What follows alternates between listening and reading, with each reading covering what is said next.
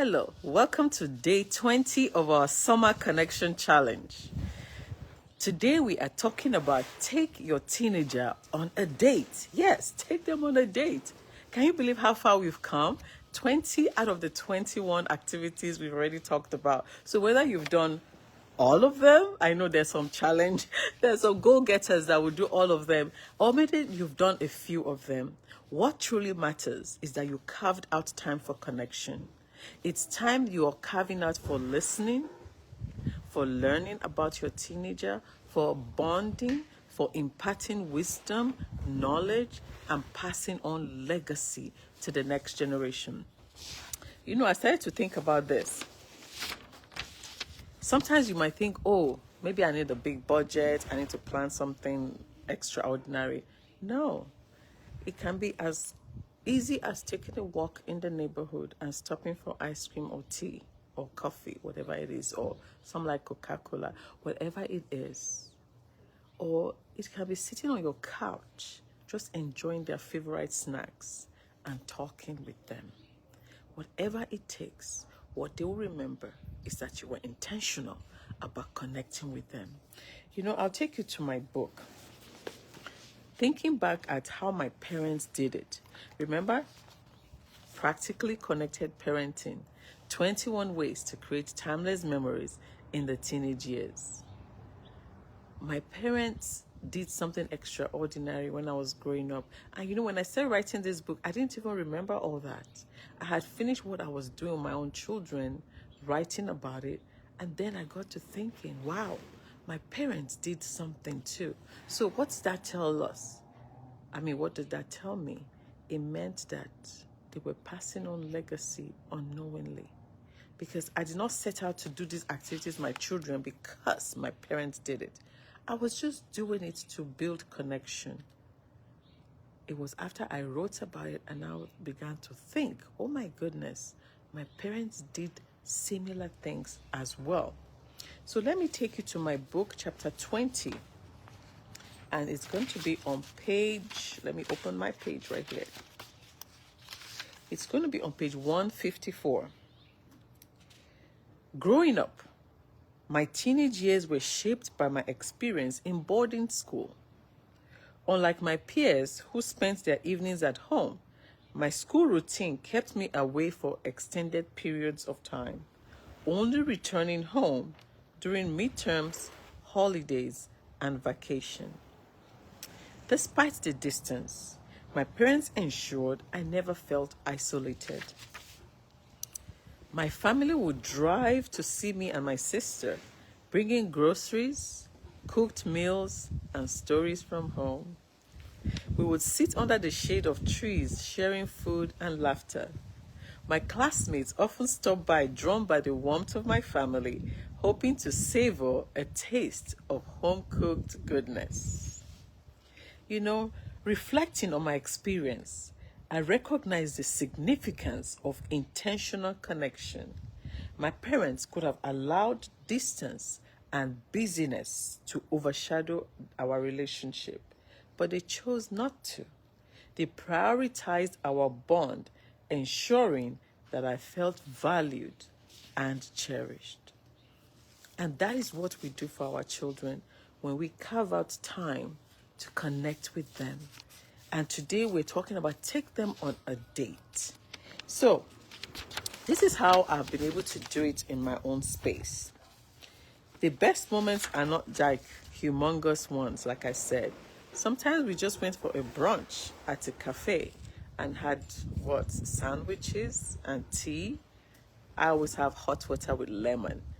And we were just discussing a book that I had recommended for them to read. And another time I had signed them up for a training on self-discovery, self-awareness, mindfulness, and we were discussing what they learned in that training. So it does not have to be anything huge. On one occasion, we have museums in our city too. So we went to a museum and we came upon like different stories. There was one wall that was about women in history.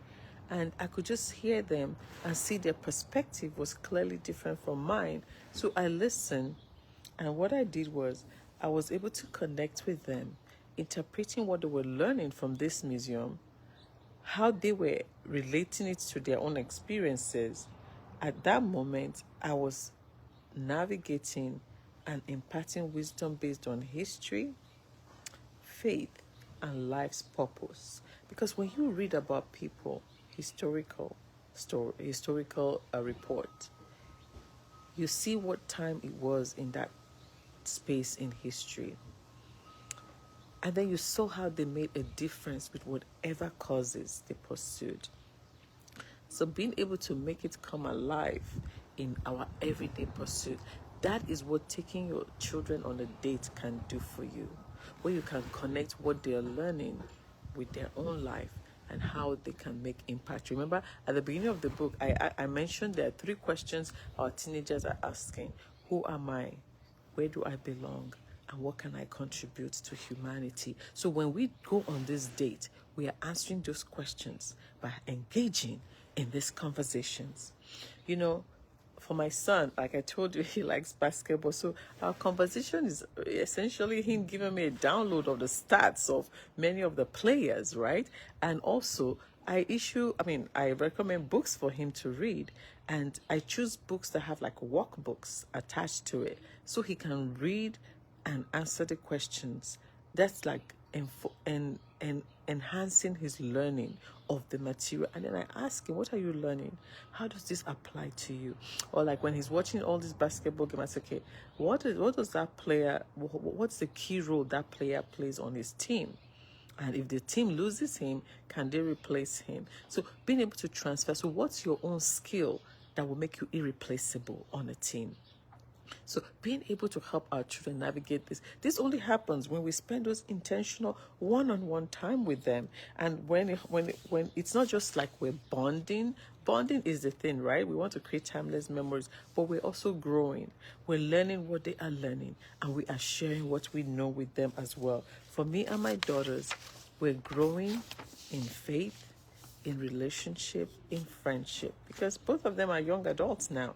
And before you know it, they will move out to their own home. So this is how we can set aside time and just talk with our teenagers. You know, when my husband takes them out on a date, of course, my husband and my son, they like going to watch basketball. So sometimes they travel to another city to watch basketball in the arena. Or if it's in our city here, they go with some friends. And so when they go out on such dates, afterwards, my husband might take him out to eat at a fast food place, and they'll be talking about basketball and talking about his dreams and his goals. So this is what is called intentional time. Nothing fancy, nothing elaborate. I mean, they've even gone to watch a friend play soccer before. So that was their father-son date. And the other dad took his son for his soccer game, and my husband and my son joined them. So this is like even double dating, right? So the dad and their son, my husband and our son. So finding opportunities to take your children on a date. And when it comes to taking my older daughter, she just likes some classic restaurants. So when they go maybe once a month, once in 2 or 3 months, and because she's been in school, they just go on that date. That's a special one. I mean, what is that teaching? Teaching her how a man should treat her. Teaching her that she is valuable. And for my younger daughter, she likes to try foods from all kinds of countries.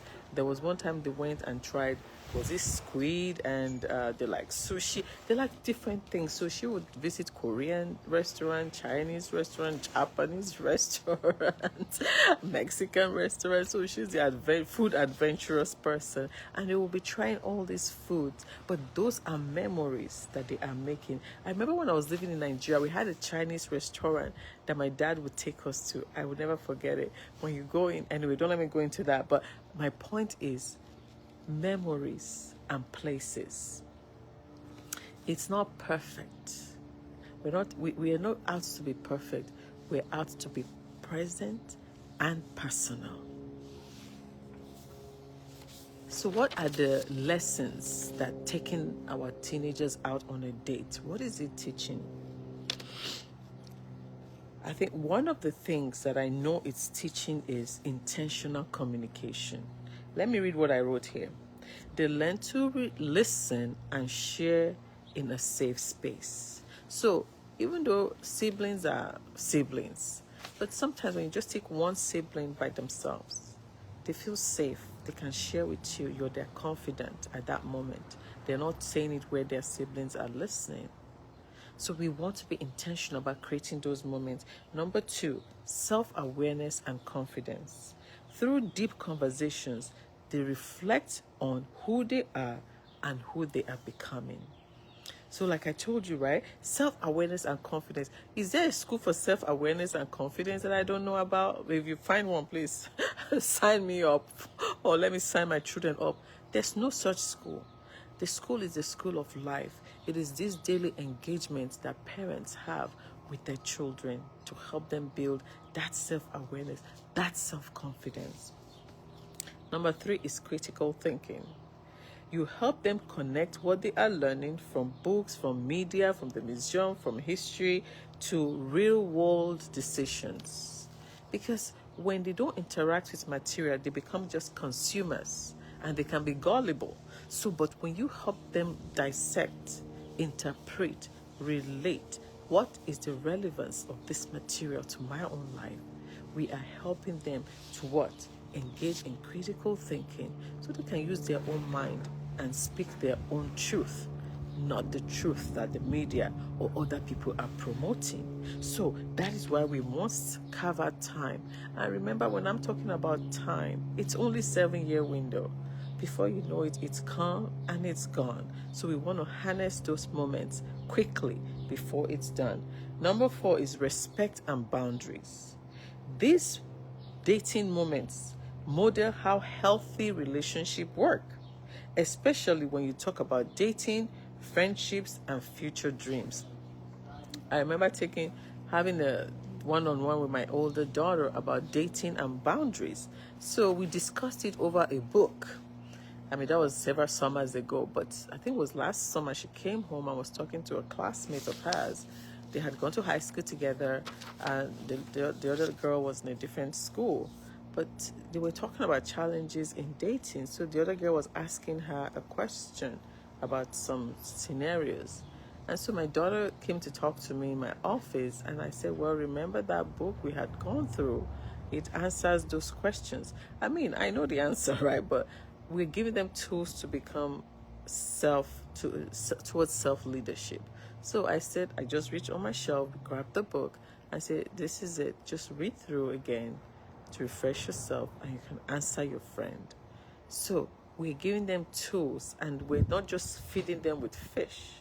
We are teaching them how to fish themselves. So this is why it's essential to go the length to ensure our children know that they are valued. So the 4 lessons that just taking them on a date can help us teach them the life skills. Number 1 is intentional communication. Number 2 is self-awareness and confidence. Number 3 is critical thinking. And number 4 is respect and boundaries. So when it comes to choosing a place to take them to, like I said, we sit on the couch in the house. Sometimes we sit on the dining table. Sometimes we go out for a walk in the neighborhood. But there's something I shared in the introduction of my book. Once you get your copy, Practically Connected Parenting, you will find it in the introduction. And one of the titles there says, Go the Extra Mile. Go the extra mile, not just to make it count, but to make the moment unforgettable. When you read stories in Practically Connected Parenting, you will notice how vividly I describe places, times, and moments. I wouldn't call myself a storyteller, but there's a reason I focus on those details. Our brain have an incredible ability to map experiences to specific times and places.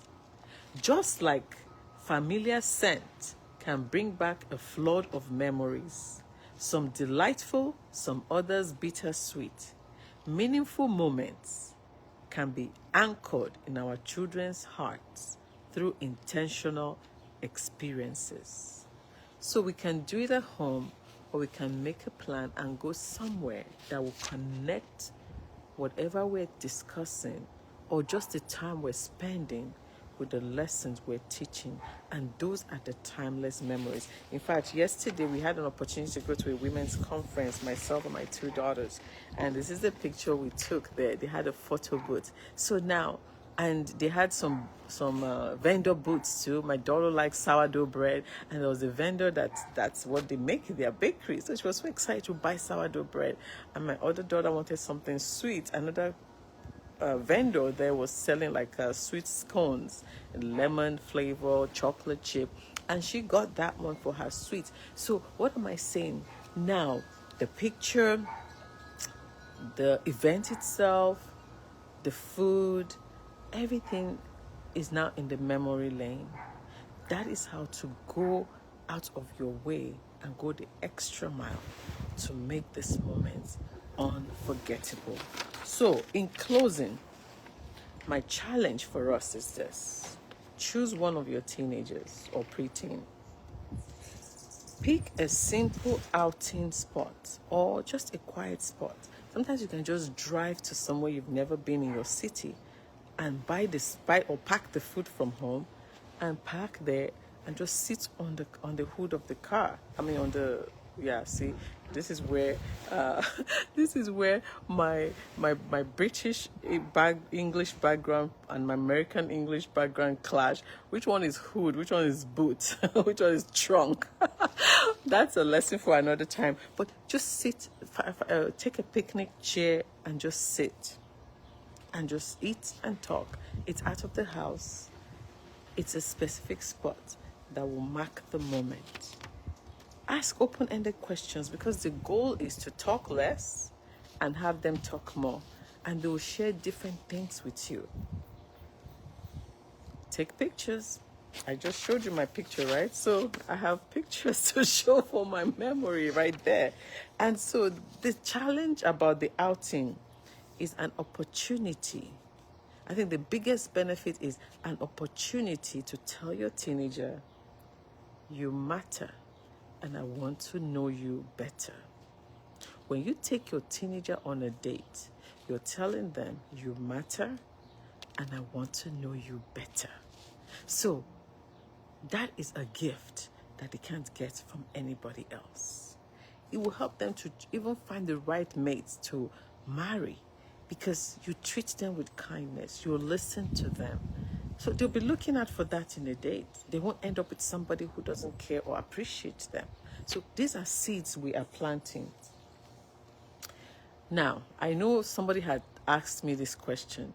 What if your teenager is reluctant and doesn't want to go? What if you don't have a connection that makes your teenager want to go out on a date with you? Don't force it. That's just it. You don't need to force it. But invite them to do something they love with them.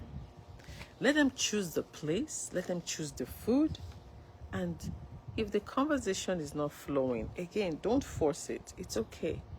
Because here's one thing I want us to remember. Sometimes silence is the bridge for a deeper connection.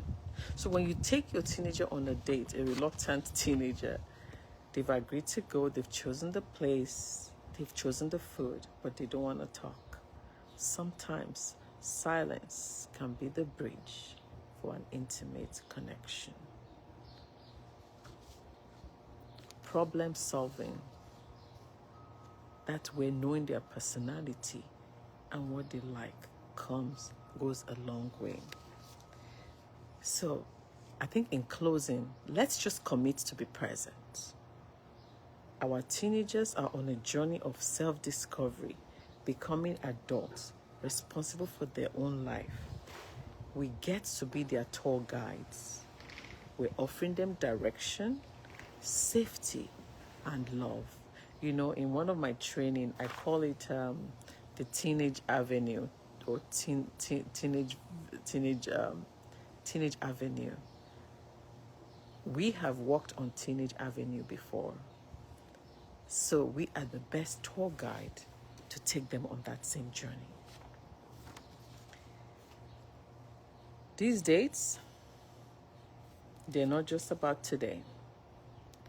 They're about building trusts that will last a lifetime. So, what are you going to do? When are you going to take your teenager on a date? What are you going to talk about? Or maybe you have just done it. Why don't you share it with the rest of us? Because this is not just about 21 days of summer connection. This is a movement that we are creating. And if you haven't heard yet, I shared it at the beginning of our 21-day journey. I'm going to, in September, be launching a movement of mothers, and fathers are welcome, but mothers who want to rewrite the story. And I'll take you through a journey of how this book was written, and you fill in the blanks with your own story. Because imagine if just 21 women join that journey and they write their own 21 books. If 100 women join that journey and they write 100 of their own version of the book. We're creating a movement, an awakening, intentional parenting around the world. We are telling parents it's time to be practically connected with our children. Go the extra mile, make it count, and make it memorable. This is Remi Ayodele reminding you to get practically connected in your parenting. Use the 21 ways to create timeless memories in the teenage years. Thank you for joining me on this journey. It's been 20 days. Our last day is tomorrow. Stay tuned because let me give you a teaser about tomorrow. Celebrate the individuality of your children. So if you haven't gotten your copy, again, visit amazon.com and look for my author's page. Or if you live in UK, amazon.co.uk. And if you live in Canada, amazon.ca. And whatever country you live in, find Amazon. It will be there. Connect with me on my social media, Facebook, Remi.Ayodele. I look forward to seeing you tomorrow on the grand finale day. Thank you for joining me today. Have a wonderful rest of your day. Bye-bye.